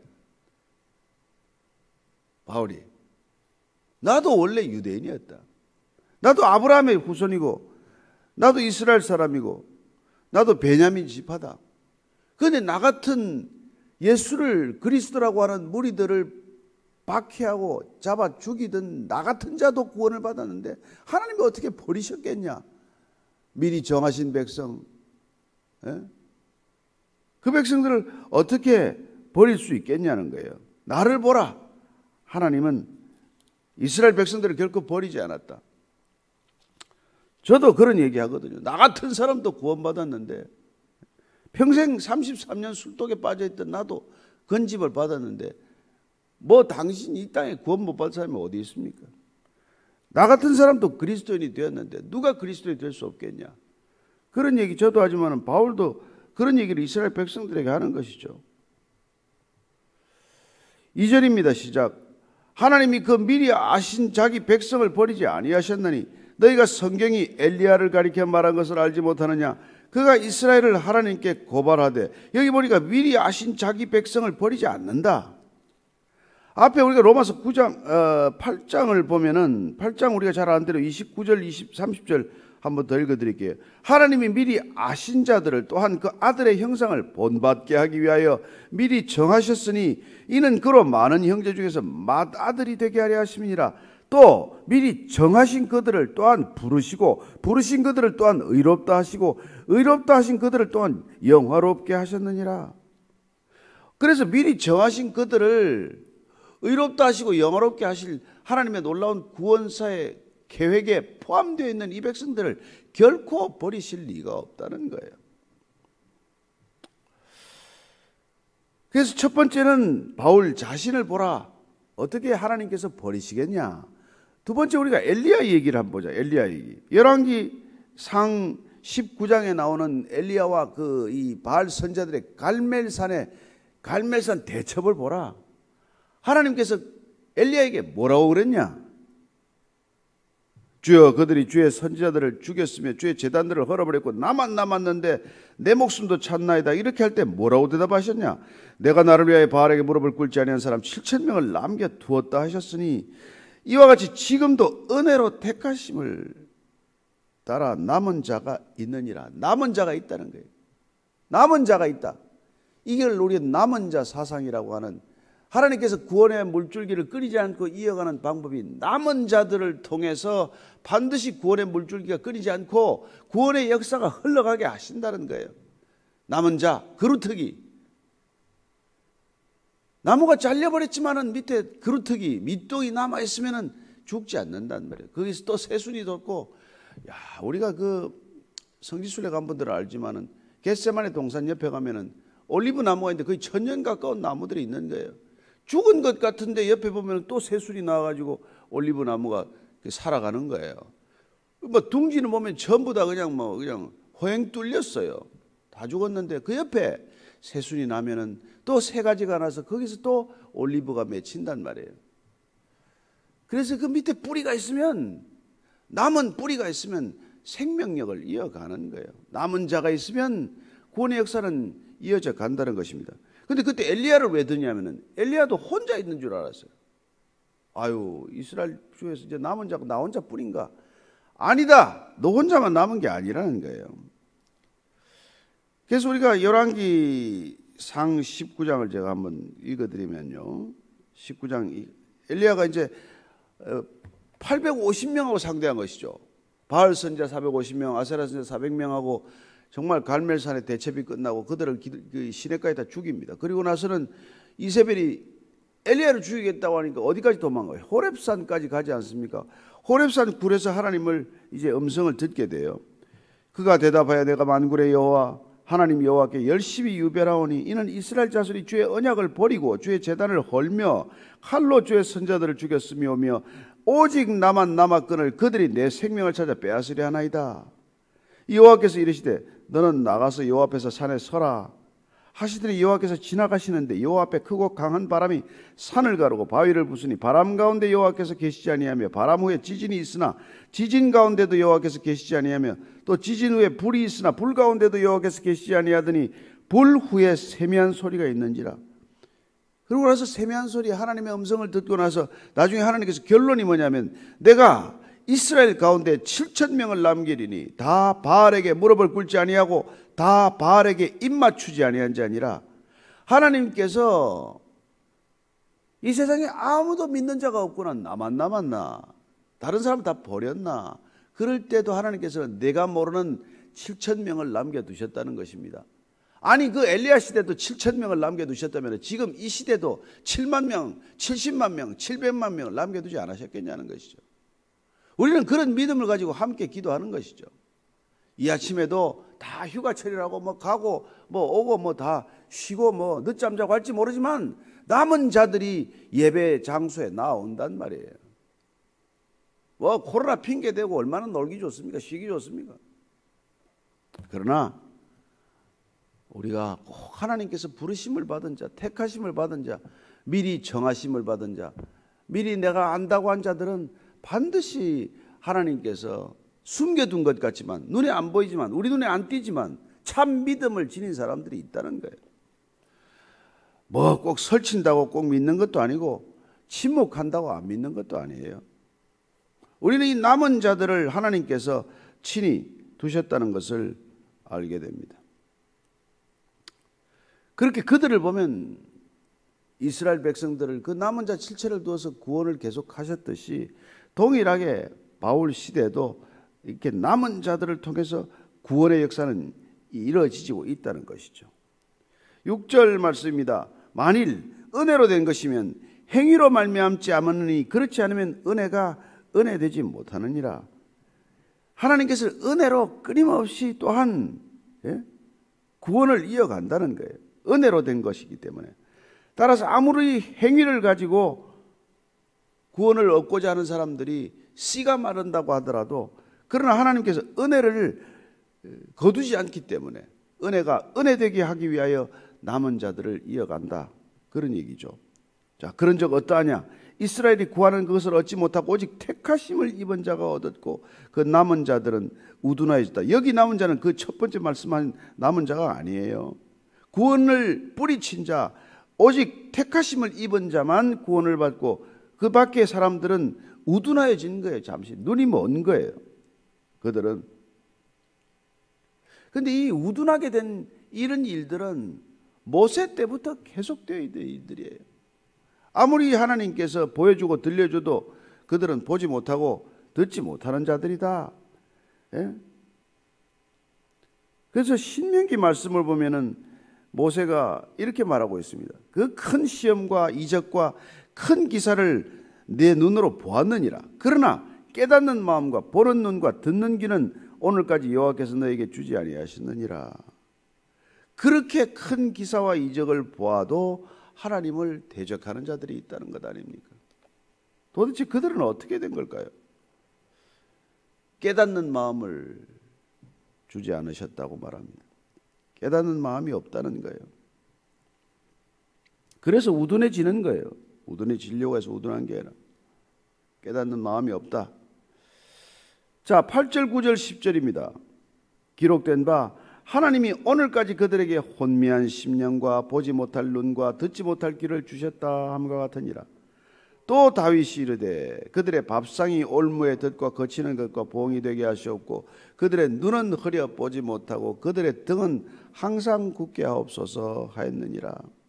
정말 하나님께서는 남은 자들을 통해서 계속 구원의 손길을 거두지 않으시지만, 그러나 어리석은 자들, 우둔하게 된 자들, 주를 그리스도라고 말하기를 끝내 거절하는 사람들, 이 사람들은 그대로 명맥이 또 있다 이 말이에요. 늘 그렇게 해왔던 사람들이 있다는 거예요. 자, 어떤 사람들이 또 있을까요? 어떤 사람들이 도대체 그런 사람입니까? 이사야가는 이렇게 말합니다. 오늘 이사야 선지자를 통해서 이스라엘 백성들 가운데 이런 자들이 있다는 거예요. 이사야서 29장 10절 이하를 제가 쭉 읽어드려요. 이사야서 29장 10절부터 14절까지입니다. 대저 여호와께서 깊이 잠들게 하는 영을 너희에게 부어주사 너희의 눈을 감기셨음이니 그가 선지자들과 너희의 지도자인 선견자들을 덮으셨음이라. 그러므로 모든 계시가 너희에게는 봉한 책의 말처럼 되었으니 그것을 글 아는 자에게 주며 이르기를 그대에게 청하노니 이를 읽으라 하면 그가 대답하기를 그것이 봉해졌으니 나는 못 읽겠노라 할 것이요. 또 그 책을 글 모르는 자에게 주며 이르기를 그대에게 청하노니 이를 읽으라 하면 그가 대답하기를 나는 글을 모른다 할 것이니라. 주께서 이르시되 이 백성이 입으로는 나를 가까이하며 입술로는 나를 공경하나 그들의 마음은 내게서 멀리 떠났나니 그들이 나를 경외하면 사람의 계명으로 가르침을 받았을 뿐이라. 그러므로 내가 이 백성 중에 기이한 일 곧 기이하고 가장 기이한 일을 다시 행하리니 그들 중에서 지혜자의 지혜가 없어지고 명철자의 총명이 가려지리라. 아, 이게 참 깊이 잠들어 버리는 거예요. 하나님이 말씀을 주셨음에도 불구하고 그 말씀을 깨닫지 못하게 되면 깊이 잠들게 됩니다. 눈이 감겼어요. 선지자들도 그렇고 선견자들도 눈이 감겨버렸다고 말합니다. 우리는 사사시대 마지막 사사로 우리가 흔히 알려지는 사무엘 앞선 엘리 제사장이 눈이 어두워지고 몸이 비둔하여 목이 부러져 죽는 걸 보게 되지 않습니까? 선지자들이 그런 모습이 되는 거예요. 성도가 와서 한나가 와서 피를 토하듯 절규하듯 기도하는데도 불구하고 너 술 취했니? 술 좀 그만 먹고 다녀라. 그러니까 성도보다 못한 그런 선지자들, 제사장들이 눈이 감겨진 것들이에요. 그래서 모든 계시가 봉해졌습니다. 아무리 책을 봐도 모르는 것이죠. 나는 모르겠습니다. 여러분, 이 시대 그리스도인들이 성경 안 보기로 유명한 사람들이 얼마나 많아요. 나는 성경을 보면 모르겠습니다. 계시의 영이 눈을 멀게 한 것이죠. 나는 글을 모른다고 하고, 그리고는 하나님을 경외하기는 뭘 경외합니까? 오늘 하나님께서 그 진상을 우리에게 이렇게 일러주십니다. 너희들이 입술로는 나를 공경하나 마음은 내게서 멀리 떠났구나. 나를 경외한다고 하지만 그건 사람들의 계명으로 가르침을 받았을 뿐이다. 그래서 하나님을 두려워하기는 할망정 하나님의 마음을 모르는 백성들이 되고 만 것이죠. 이러다가 내가 하나님께 당하지, 하나님께 벌받지, 그런 소리를 계속 들어가지고 하나님을 두려워하기는 하는데 하나님의 정작 마음은 놓쳐버린 것이죠. 그래서 하나님께서 기이한 일을 행한다는데 지혜자의 지혜가 없어지고 명철자의 총명이 없어진다는 거예요. 그 많은 공부를 하고 그 많은 신학을 해도 총명이 가려지고 지혜가 없는 사람이 있을 수 있다는 것입니다. 그래야 정말 성경을 놓고 성경의 진짜는 앞가죽과 뒷가죽밖에 없습니다. 그런 소리를 하는 신학자들이 없나? 성경 전체를 신화이라고 뿐이라고 말하는 자가 없나? 예수는 없다고 말하는 신학자가 없나? 그런 세상이 되고 만 것이죠. 얼마나 공부를 했습니까? 얼마나 힘들게 박사학위를 했어요. 그래 놓고도 지혜와 총명이 없어지는 시대가 되고 만 것이죠. 그러나 걱정하지 마십시다. 하나님께서 그들의 눈은 흐려지고 등은 굽어질지라도 남은 자를 둔다는 거예요. 이게 우리의 희망 아닙니까? 저와 여러분들이 오늘도 이 아침에 하나님의 말씀에 귀 기울이고 우리가 정말 우리의 눈을 뜨게 해 주십시오. 우리의 영이 깨어있게 해 주십시오. 우리의 귀가 열려있게 해 주십시오. 그렇게 기도의 자리에 나와서 기도하는 까닭은 우리가 하나님께서 부르셨다는 것을 알고 미리 정하셨다는 것을 알고 우리를 의롭게 하셨다는 것, 우리의 어떤 공로도 아니요 행위도 아니요 오직 그리스도의 은혜로 우리가 이 자리에 의롭게 되어 앉아있다는 것, 그리고 언젠가는 이 의로움이 영화롭게 그 구원이 완성될 것이라는 것을 믿음으로 고백하는 자들, 이게 우리가 하나님께서 부르셨다는 증거요, 하나님께서 남겨두셨다는 증거라는 것입니다. 하나님께서 남겨두셨다는 그 남은 자의 반열에 들어가는 것이야말로 우리가 계시록에서 말하는 14만 4천 명에 들어간다는 증거 아니겠습니까? 그래서 우리가 에베소서에서도 걱정합니다. 에베소서에서도 바울이 또 한 번 더 말합니다. 그들의 총명이 어두워지고 그들 가운데 있는 무지함과 그들의 마음이 굳어짐으로 말미암아 하나님의 생명에서 떠나 있도다. 에베소서 4장 18절 이 말씀은 오늘날 수많은 사람들이 하나님께서 정하셨음에도 불구하고 총명이 어두워져서 무지함 때문에 마음이 굳어짐으로 말미암아 그냥 생명에서 떠나 있는 자들이 되는 것이죠. 그래 살았다고 하나 죽은 자요, 멀쩡히 살았다고 하나 죽은 자들이 되고 많은 것이죠.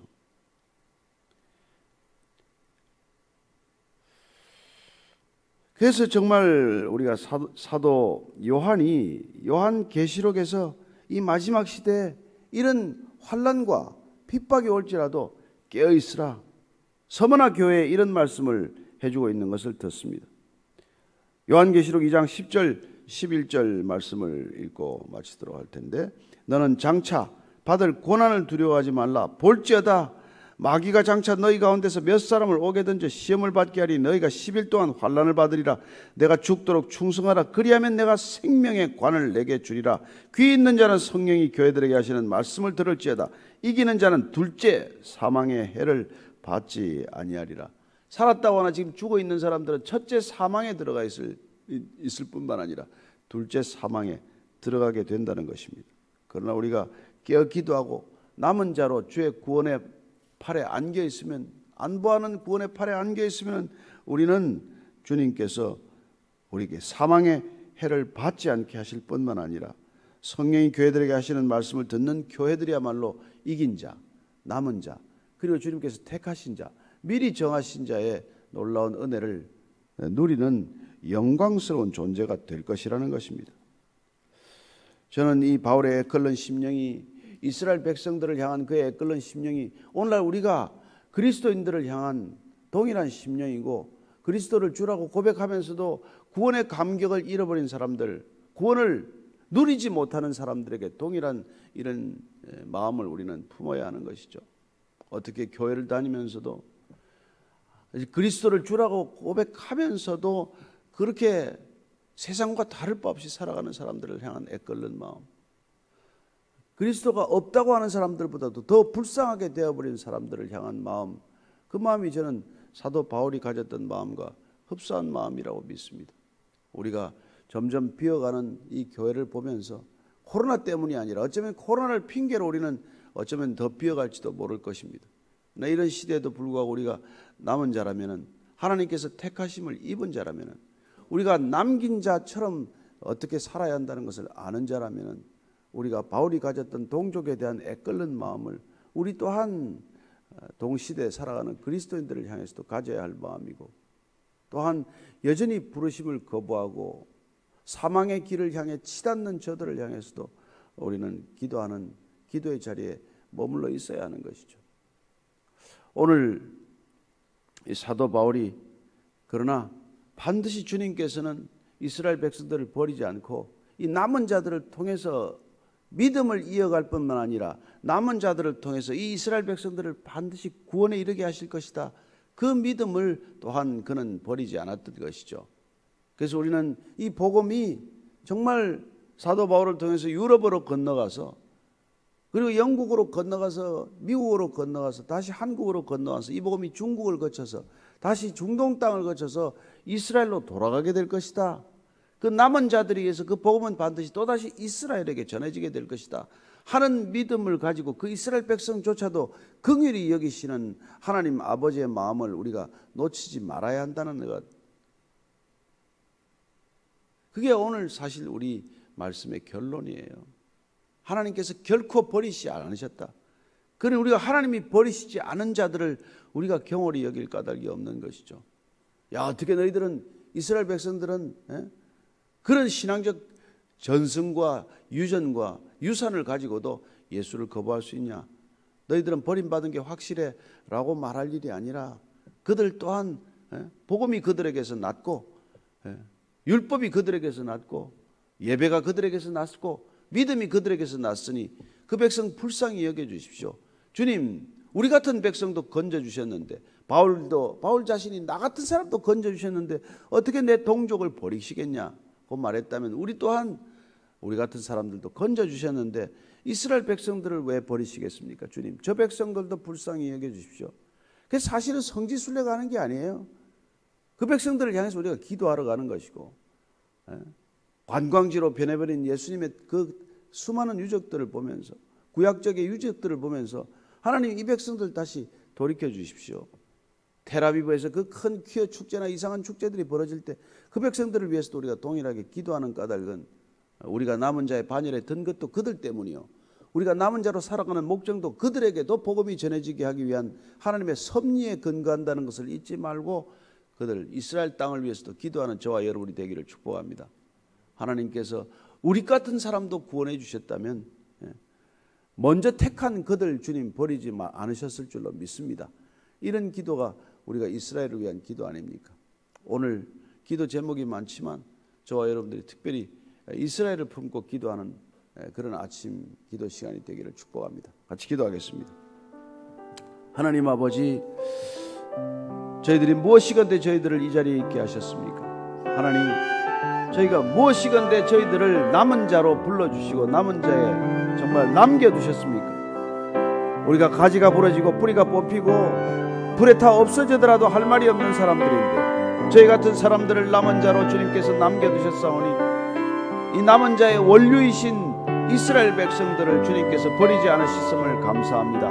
사도 바울이 나 같은 자도 구원해 주셨다면 어떻게 내 동족을 다 버리시겠느냐고 애타했던 그 마음 우리에게도 동일하게 해주셔서 하나님, 한국 땅에 복음이 전해졌는데 한국 땅에서 이 많은 사람들이 그리스도를 주라고 하는데 남은 자들이 7,000명이 아니라 7만 명, 700만 명이 될 터인데 하나님, 이스라엘 땅에 아직도 1%가 안 되는 메시아닉 주들밖에 없다는 것이 주님 말이 됩니까?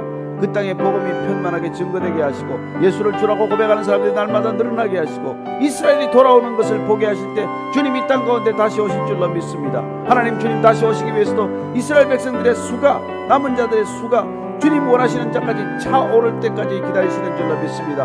하나님, 그 땅을 불쌍히 여겨주시고 긍휼히 여겨주시고 다시 한번 그 백성들을 주님 내 백성이라 하신 그 백성들이 주를 찬양하고 주를 향하여 달려오는 일들이 있게 하여 주시옵소서. 하나님, 우리가 저들을 위해서도 기도하는 정말 남은 자들이 되기를 원합니다. 이 땅 가운데 하나님, 엘리야가 나밖에 남지 않았다고 생각할 때 주님께서 남은 자가 7천이라고 알려주셨듯이 우리가 오늘날 소수의 무리가 정말 지극히 작은 소수의 무리만이 주님을 따르고 있는 것 아닌가 고민하고 갈등할 때 주님께서 내가 남은 자가 7만 7천만이 될지 너희들이 어찌하느냐 그렇게 반문하는 주의 음성을 듣습니다. 하나님, 함께 기도로 동역할 수 있는 기도의 동역자들을 이토록 많이 곳곳에 남겨준 줄로 믿습니다. 함께 기도하게 하시고 함께 부르짖게 하시고 함께 주를 찬송하게 하여 주시옵소서. 하나님, 북한의 지하교회를 축복합니다. 중국의 지하교회를 축복합니다. 중동 땅의 지하교회를 축복합니다. 하나님, 그루터기처럼 남은 자들이 그들에서 곳곳에서 주님을 향하여 부르짖고 기도하는 백성들의 기도 소리가 끊이지 않은 줄로 믿습니다. 순교의 피가 차오르는 것을 저희들 눈으로 봅니다. 하나님, 그 땅 가운데 주님께서 남은 자들을 통해서 복음이 증거되게 하시고 수많은 사람들이 믿음에 다시 이르게 하시고 하나님, 다시 오시는 주님의 영광을 위해 준비하는 주님의 백성들로 인하여 차고 넘치게 하여 주시옵소서. 주님, 호산나 호산나 부르짖는 저들의 영광의 찬송을 들으시고 하나님, 저들을 향하여 긍휼의 손을 베풀어 주시고 남은 자들을 통해서 끝없이 찾으시는 주의 손길, 주의 열심을 기억하게 하여 주시옵소서. 하나님 아버지, 도대체 믿는 자가 어디 있는가? 사방을 둘러봐도 내 눈에 띄지 않을 뿐 주님께서는 곳곳에 남은 자들을 두셨음을 믿습니다. 감사합니다. 주님, 그들과 함께 한 믿음, 한 성령 안에서 주님께서 찾으시는 그 백성들, 미리 정하시고 아시는 백성들, 주님 다시 한번 주께서 거룩하게 하시는 그 백성들을 향하여 우리가 달려가는 발걸음 되게 하여 주시옵소서. 이스라엘을 향한 기도를 주님 오늘 드렸습니다. 복음이 저들에게서 났고 믿음과 예배가 저들에게서 났사온 적 주님 저들을 버리지 않으셨음을 감사합니다. 주님, 저들에게 다시 복음이 전할 때 주님 다시 오신다는 것 저희들이 압니다. 주님, 저 백성들도 긍휼히 여겨 주시옵소서. 하나님, 이 땅의 곳곳에 남은 자들을 통해서 주의 복음의 씨앗들이 여전히 흥황하고 있음을 믿습니다. 하나님, 북한 땅에, 중국 땅에, 중동 땅에 곳곳에 남은 자들의 기도가 주님께 응답될 것을 믿습니다. 주님, 이 땅의 모든 열방들을 긍휼히 여겨주시옵소서. 선교사들이 이 코로나 시대에 힘든 선교 사역들을 감당하고 있습니다. 주님, 저들에게 지치지 않도록 성령의 능력을 물붓듯 부어주시고 필요한 것들 주님께서 때를 따라 공급하는 놀라운 은혜를 날마다 경험하게 하여 주시옵소서. 이제는 십자가에서 은혜로 우리를 구원하신 우리 구주 예수 그리스도의 은혜와 하나님 아버지의 놀라운 사랑과 날마다 은혜의 손길 가운데 우리를 주께로 향하게 하는 성령님의 인도하심이 오늘 다시 한번 남은 자들을 통해 구원을 이어간다는 믿음을 주시고 그 믿음으로 우리도 남은 자 반열에서 굳굳이 주의 날을 기다리는 이 자리에 고개 숙인 모든 남은 주의 백성들 위에 그리고 그들을 통해 주께서 부르실 아름다운 주의 백성들 위에 지금부터 영원까지 함께 하시기를 간절히 축원하옵나이다. 아멘.